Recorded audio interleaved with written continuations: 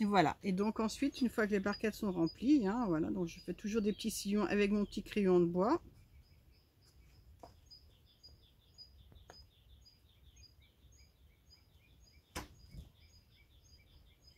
Donc voilà, donc là je vais prendre une variété. J'ai déjà préparé donc les petites étiquettes.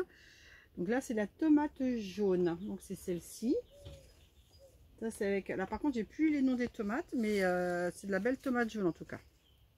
Voilà, donc vous voyez, donc je les décolle du sopalin. Donc bien sûr je prends les plus belles graines, hein, et donc je les mets tous les 2 à 3 cm à peu près. Dans le sillon. Hop, bah là il y a un petit peu de sopalin, mais c'est pas bien grave, hein. De toute façon ça poussera comme ça. Comme je vous disais, ça va faire une vingtaine d'années que je procède de cette façon et j'ai toujours eu du résultat. Après, peu importe la méthode, comment on les fait, voilà, ça pousse ou ça pousse pas, hein. Ça, il n'y a pas vraiment de méthode mieux que l'autre. Donc voilà, moi je fais ça de cette façon et ça fonctionne très bien. Voilà, donc ça c'est la tomate jaune. Alors ce qu'il faut savoir aussi, c'est que ces graines-là que j'ai mis à sécher sur du sopalin, ce sont des graines de 2021-2022. Voilà, donc vous voyez, là il y a du sopalin avec les graines, c'est resté bien collé, mais ce n'est pas grave du tout, puisque de toute façon ça va se décomposer, il n'y a pas de souci pour la germination.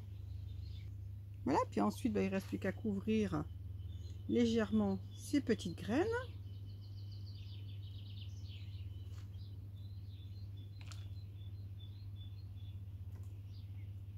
Voilà. Donc là j'ai fait donc la cornue des Andes. Alors j'en ai fait aussi une autre, c'est la longue jaune, mais je ne sais plus du tout le nom. La Russian et une autre tomate jaune, mais ça c'est de la grosse tomate jaune. Je me demande si c'est pas la tomate ananas. Donc voilà. Et ensuite un arrosage par capillarité, toujours.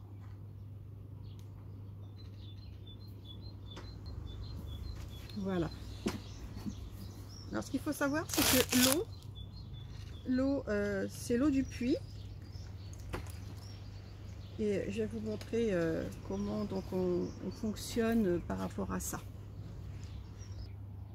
Voilà, donc c'est une serre qui fait 50 mètres carrés, donc 5 mètres de long sur 8 mètres de large. Nous, comment on fait pour l'eau? Donc c'est déjà l'eau du puits. On remplit, donc dans la serre il y a une cuve, on la remplit d'eau. Mais on la remplit toujours le soir, comme ça dans la journée elle prend la température ambiante, surtout pour arroser donc les plants qui sont ici quand même au chaud. Si on leur met directement l'eau qui sort du puits, il y aura un choc thermique. Là, le fait de procéder de cette façon là, remplir la cuve, la laisser la nuit, voire même le lendemain aussi, ce qui permet que l'eau soit à température ambiante. Par contre, c'est vrai que quand il fait 30 dans la serre ou même 25, l'eau n'est pas ni à 30 ni à 25. Bon, allez, quelques degrés en dessous, mais elle n'est pas glaciale comme quand elle sort du puits. Comme par exemple là, il y aura les pommes de terre arrosées tout à l'heure, parce que ça y est, elle commence à sortir. Donc je vais vous faire une petite vidéo plus tard. Là, je vais les buter. Et c'est pareil, bon, ben, il faut un petit peu d'eau quand même pour que ça pousse, pour que ça sorte. Donc on va éviter de leur mettre de l'eau glaciale, quoi. C'est pas bon du tout ni pour le feuillage d'ailleurs. Donc voilà. Bon, ben écoutez, je vais continuer donc les semis et je vous montre tout ça et je vous donne les noms de toutes les variétés qui ont été semées. Voilà, donc du coup je termine ces semis là. Donc là c'est la jaune ronde, une grosse tomate jaune qui est très bonne. Elle est assez sucrée. Par contre le nom j'ai pas vraiment noté, c'est beaucoup de tomates aussi qu'on nous a donné pour les goûter. Du coup j'ai récupéré les graines et j'ai pas noté, quand on m'a donné le nom, j'ai pas du tout noté le nom de la tomate. Bon, c'est pas grave, hein, c'est une tomate, hein. Voilà, et donc celle-ci c'est de l'olivette. Là par contre je fais 2 barquettes car elle est vraiment très très bonne pour faire de du coulis de tomate ou de la sauce tomate, elle est vraiment excellente. C'est un peu comme la cornue des Andes, elle est vraiment charnue. Et bien sûr, ce qu'il ne faut pas oublier, c'est l'arrosage pour que ça puisse sortir, parce qu'une plante ne pousse pas sans eau. Voilà, toujours par capillarité.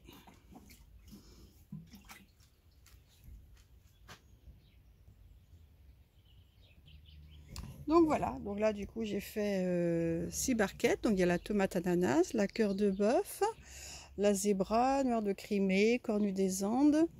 Donc il y a une longue jaune, il y en a une c'est style Russian.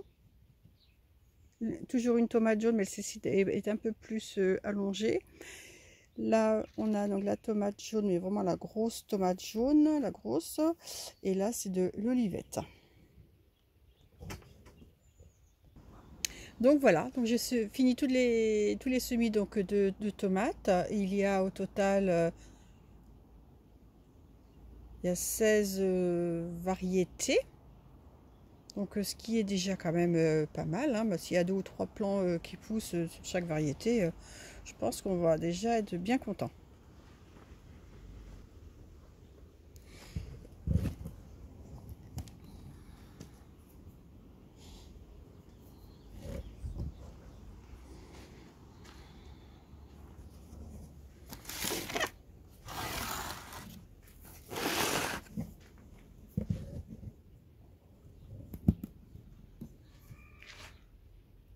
Voilà, et donc je voulais vous montrer aussi les semis de Batavia, doré de printemps et Appia, les tomates, les salades, pardon. J'ai passé mon après-midi avec les tomates, donc voilà. Donc là, elles ont quand même bien profité, donc je vais les repiquer, les mettre dans des godets individuels. Donc maintenant, je vais repiquer donc les petites salades, les Appia et puis les Batavia doré de printemps. Donc pour ça, j'ai préparé donc une caissette de poisson. Donc là, j'ai mis au fond un sac, enfin j'ai découpé un sac de terreau et j'ai gardé une partie pour mettre au fond, puisque on sait bien que les bacs de poissonniers, il y a des trous sur les côtés. Donc là, si je fais ça là, en arrosant par capillarité, malheureusement ça ne va pas rester l'eau. Voilà, donc là j'ai mis les godets remplis de terreau donc à l'intérieur de cette caisse.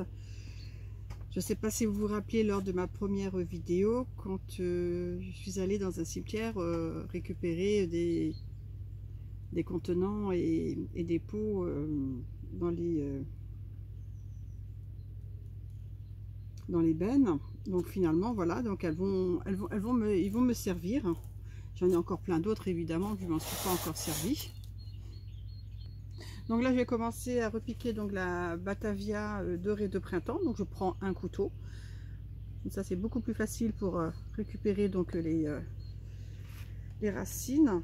Donc je fais un petit trou à l'intérieur du godet et j'enfonce à peu près, donc voilà, le plus possible la tige et la racine. Je vais vous montrer comment je fais. Donc vous voyez là, du coup là j'ai mis au maximum.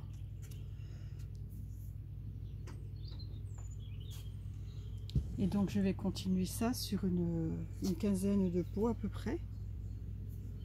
Et c'est toujours le problème de quand on fait ces semis, on en fait toujours trop. Après c'est pas grave, hein. Il y a aussi le plaisir d'en donner autour de soi. Vous voyez, donc je récupère là avec un petit peu de terreau.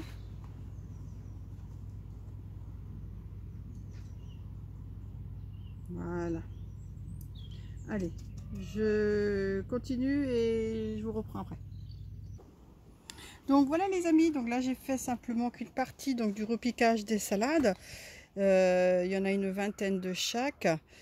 Donc là toujours mis en capillarité, hein. Regardez, j'ai mis de l'eau, donc le terreau va absorber toute l'eau. Et donc sinon il me reste encore tout ça à rempoter. Ça fait quand même beaucoup, hein. Je crois que là je me suis lâchée quand je les ai fait les semis.